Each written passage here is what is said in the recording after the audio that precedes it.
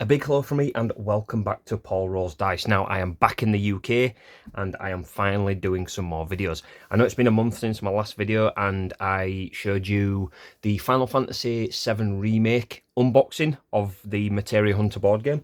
And today, this is the other board game I got in Japan. This is Chocobo's Dungeon. Now, again, luckily, thanks to Square Enix being absolute legends with pretty much all of the board games that they've done so far, it comes with a plethora of language options, including a full rulebook in each of them, which is really cool. Otherwise, I probably wouldn't have bought it. I wouldn't have known how to play it. So, Square Enix board game, it's 1 to 4 players for 14 plus ages. Playtime 30 to 40 minutes, depending on the amount of players, of course. And this is the Chocobo analog game series. This is game number 4. So I think I've played game number 1 and 2. They were like a crystal collecting kind of game. Not amazing, but this one does look very good. So let's dive straight into it. We'll take a look at the box. Really, really nice artwork all the way around it. As always, spared no expense, Square Enix. Very, very good. So, Chocobo's Dungeon, we have all of the components here, lots of cards, a nice little Chocobo meeple that we'll dive into as well. And let's have a little read of the text just so we know what we're kind of looking at with this board game. The Chocobo is lost in a mysterious dungeon. Work together to guide the Chocobo to safety and escape the dungeon. Avoid monsters and traps while gathering vegetables and items. Can you defeat the boss in the dungeon's depths and help the Chocobo escape safely? It already sounds really cool. So let's go straight into this one. So first and foremost, we have the rulebooks. Again, tons of different languages. We don't need those, so we'll just take a look at the English one. Again, this is just a unboxing. We're not going to learn how to play the game in this video. I've had a quick read of this, the online PDF version of this, whilst I was in Japan. I still don't know how to play it, but we will get there eventually. Full colour rulebook. Lovely. We absolutely love stuff like this. Very, very nice. Seems pretty straightforward to set up. 3 floors for the dungeon and then a dungeon boss at the bottom, it looks like. Now, win conditions. Reach the 4th floor and defeat the boss. Way more lose conditions.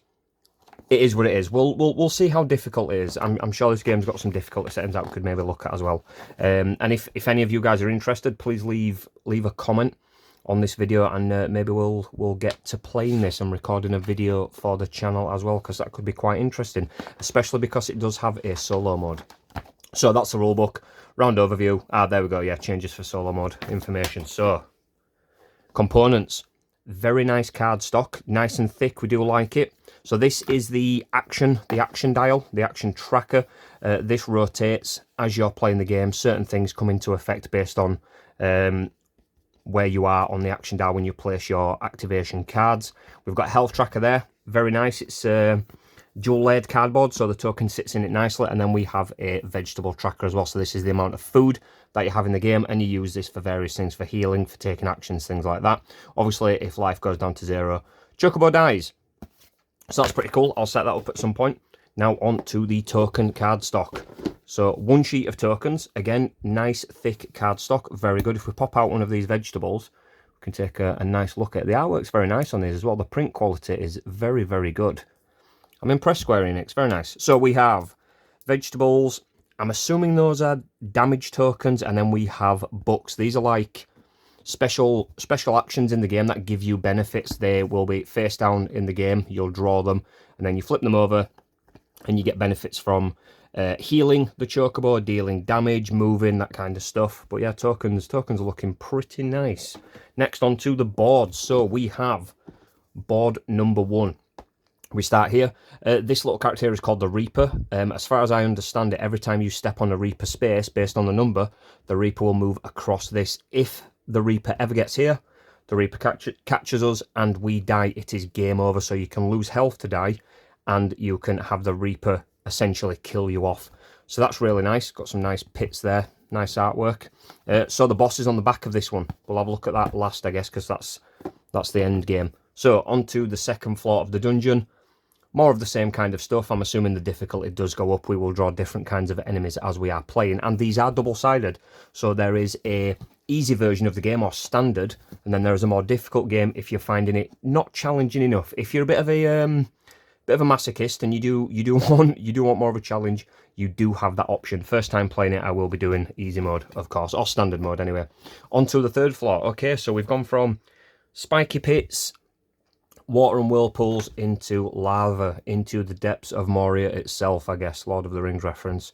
Again, more damaging things. Reapers do tend to move more violently on this one, I think, as we're making our way to the exit. And all of these boards do have multiple ways to go, so it's up to you and your friends to dictate and decide which way you want to go, whilst being attacked by enemies as well. And we will flip it over for the normal version and the hard version. I'm pretty sure the star version is the more difficult one. I think that's right. Either way, we'll find out when we play it anyway.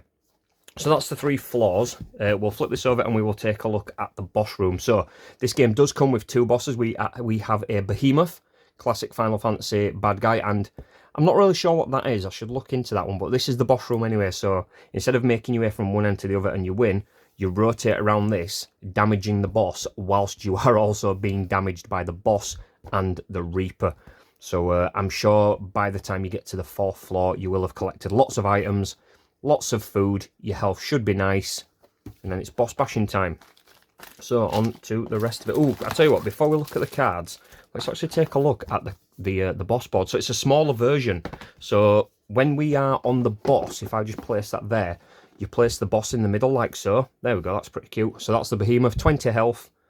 Enemies still spawn, but then there's the difficult one. So maybe enemies don't spawn with this one, but it does have more health and new card effects as well. This looks like you have to trash cards, discard cards, that kind of stuff. The behemoth doesn't really have that. I think it's just straight damage, which is you know, easy boss. And then that one is the beastie one. But anyway, move those out of the way. Let's have a look at the components. We have a plethora of baggies.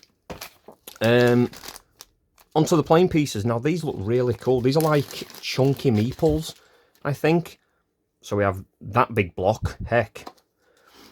We have, that's the health tracker, which will go into the health part of the board. The green cube there is for vegetables or food.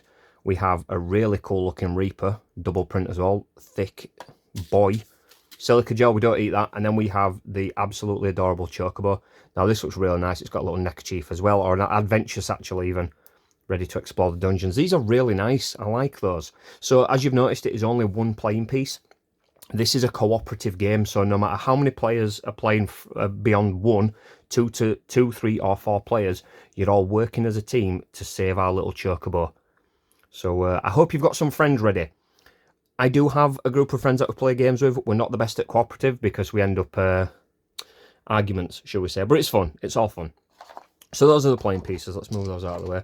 Next we have 2 packs of cards. Now this is a deck of Chocobo movement cards, numbered from 1 to 100. I will open it and show you. The artwork on the back is real nice, but there's not really much going on other than flavour text or flavour animation. So the lower the number, the quicker you act on your turn when you play a card, and this is the amount of damage that the Chocobo deals to enemies. So this card would be very fast, dealing 2. So if we'll open these up and I'll skim through them, because there's no point going through all 100 of them. They are very similar. So here we go. Like so. Speed 2, 3 damage. Speed 3, 1 damage. So there's the first copied artwork. But there's a handful. There, ooh, okay.